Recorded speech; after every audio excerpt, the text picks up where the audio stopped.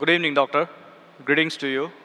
I'm a Hindu. My name is Sandeep, and I've been watching your videos on YouTube since long time. Being a Hindu, I do respect other religions. I do respect Allah, Prophet Muhammad. I started my school in my childhood in a Catholic school, where I was taught about Bible and Christianity and Lord Jesus. And later on, after fifth standard, I came to know about my own religion, being born in a Hindu family. And today, I do at times get attracted towards other religions. Okay, there is some common link between all religions. I have a basic question to you, doctor. Basically, I am from the science background, a pharmacy guy. Today, I'm authorized financial consultant. So, today, what I look out there in the market is many religions exist on planet Earth. If human being is the same, if human organs are the same, if the human body system follows the same heartbeats, blood flow, the same blood, the same ears, the same nose, if everything is the same, the creator has to be the same, the supreme power is the same. So if the supreme power is the same, why do so many religions exist on earth today? What is going to be future now onwards? Because if I go as per theoretical books, as per history, before thousands of years, Hinduism existed. Then came Lord Jesus, then Prophet Muhammad, and now today, what I see in front of my eyes is there are many religions, and every religion has its own pros and cons. So, being a human, I get confused. I am a Hindu, I should respect my religion, as well as being a human being, I should respect other religions. So, what is the final truth, and what is going to the future for centuries ahead? The brother asked a very good question, that there are so many different religions. More than 4,000 years back was Hinduism. Then Jesus Christ, peace be upon him, came 2,000 years back, or Christianity. Then Prophet Muhammad, peace be upon him, came 1,400 years back. Some things are similar, some things are contradicting. There's so much of confusion. God, our creator, is one. Human body is the same. Creator has to be same. So why this confusion? It's a very good question. The reply is given in the Quran in Surah Al-Imran, chapter 3, verse number 19.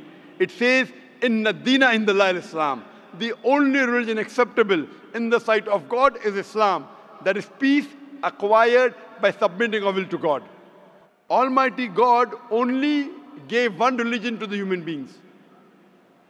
As I said earlier, Almighty God has only sent one religion. But He has sent many messengers. When He sent messengers who got messages, by the passage of time, the message got changed. Again a new messenger came. He brought a fresh message. Again the people changed it. Again a new messenger came. It happened for many years, down the ages. But all the messengers brought, the basic message was the same. Almighty God, the last and final message was the Quran. Now you will ask me this question, that why did God reveal the Quran 1400 years back? Why didn't He reveal the Quran directly? Reveal the Quran directly? No confusion. You know, my son, he wants to become a doctor. He tells me, Father, Abba, why do you put me into nursery, then junior KG, senior KG, first standard? Why you put me in school? Directly put me into medical college. I said, son, if you want to be a doctor, first you have to go to nursery, pre-primary, primary school, secondary school, medical college, then you'll become a doctor. You can't directly enter a medical college because you won't understand.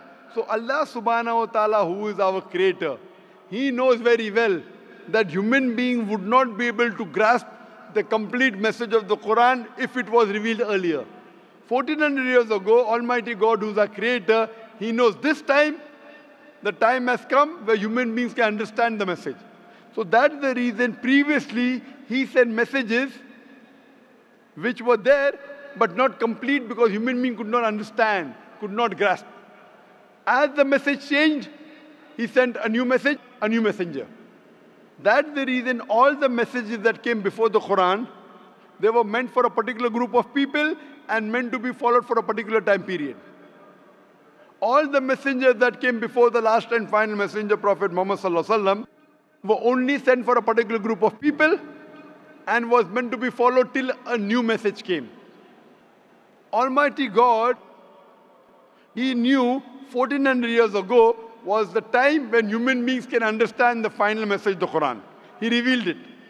And He sent the last and final messenger, Prophet Muhammad, peace be upon him.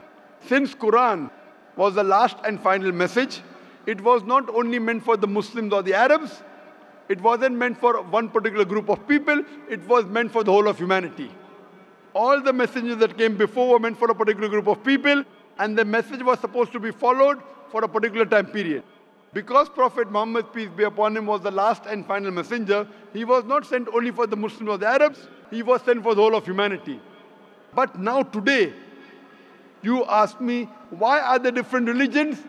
Our Creator sent only one religion. We human beings kept on changing. But even in the corrupted form, I have a formula. I have a formula which will not antagonize any human being. I tell all these human beings, at least believe that there is one scripture which is 100% the word of God. So the Hindus would not mind agreeing, I believe Veda to be 100% word of God. The Christians would say, I do not mind believing Bible to be 100% word of God. The Muslim will say, I don't mind believing Quran to be 100% word of God. So I tell them, okay, now let us agree to follow what is common in all these scriptures. What is different, we'll discuss tomorrow. Let's not fight over the differences. Let us agree to follow what is common, and at least we'll be sure that what is common in all the three scriptures, this at least minimum is 100% the word of God.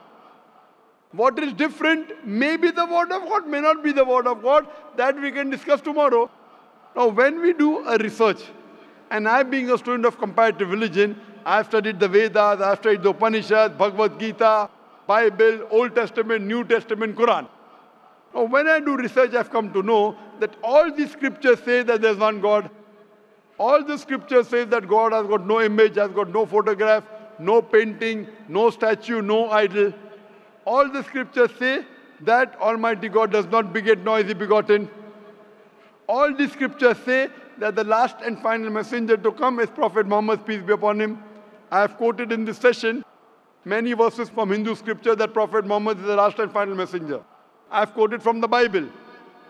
I have quoted from the Quran. So at least let us agree to follow what is common.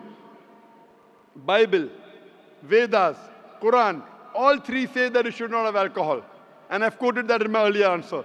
All three say that you should not gamble. All three say that you should not have pork. So let us agree to follow what is common. So you have to agree that there's one God. You have to believe Prophet Muhammad is the final messenger of God. You should not have alcohol. You should not have pork. To pray, we have to do the sujood.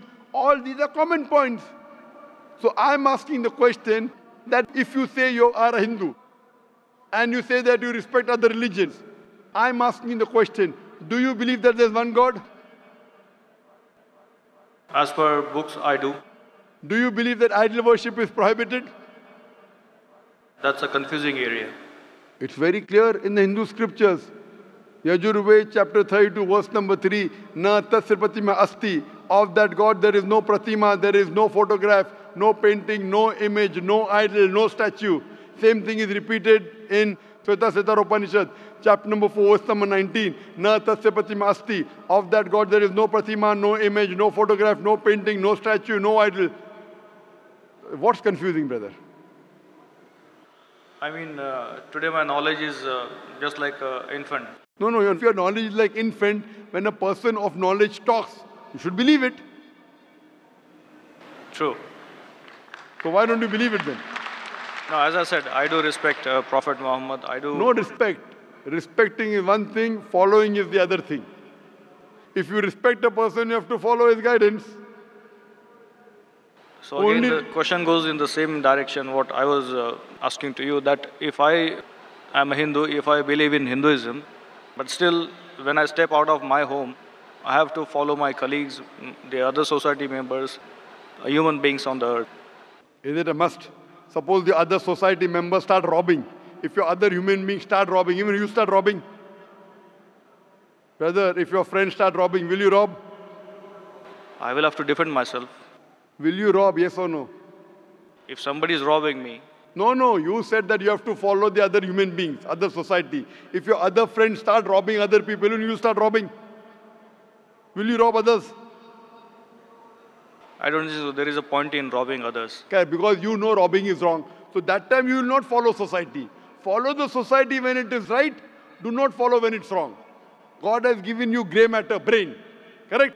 So if your Hindu friends are going against the Veda, will you follow Veda or your Hindu friends? They have to follow what is written in the books. Yes, forget about them. I'm asking about you. If your Hindu scripture says don't do idol worship, will you do idol worship? No, then I will not. So now do you believe idol worship is wrong? Again, as I said, I have to study more. I'm not clear. No, but you study, when you will study? Today or tomorrow? When? Maybe today or tomorrow. Okay, fine. I have quoted so many references from the Hindu scripture about Prophet Muhammad, peace be upon him. Do you believe Prophet Muhammad is the messenger of God? Yes, I do. If you believe, don't you have to follow his commandments? I may have to. Why may? Again, I'm not If you clear. may believe in, then you may. If you do believe in, you do have to follow. It's simple English. If you say maybe he is a messenger of God, then you can say maybe I'll follow him. When you say surely the messenger of God, then you have to follow him surely. Why? But, is Will a it, messenger of God deceive you? but again, do I have to be a Muslim to follow Prophet Muhammad? Or No, you Islam? have to be a good Hindu also. You have to be a good Hindu and a good Christian to follow Muhammad Sallallahu Alaihi Wasallam. That's where the whole thing If goes. you are not a good Hindu, if you are not a good Christian, you will never follow Prophet Muhammad Sallallahu Alaihi Wasallam.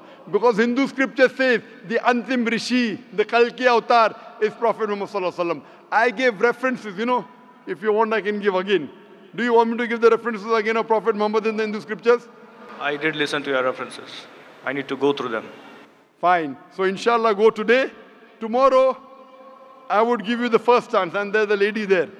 You too, I would give the first chance. Then I will call you a truthful person.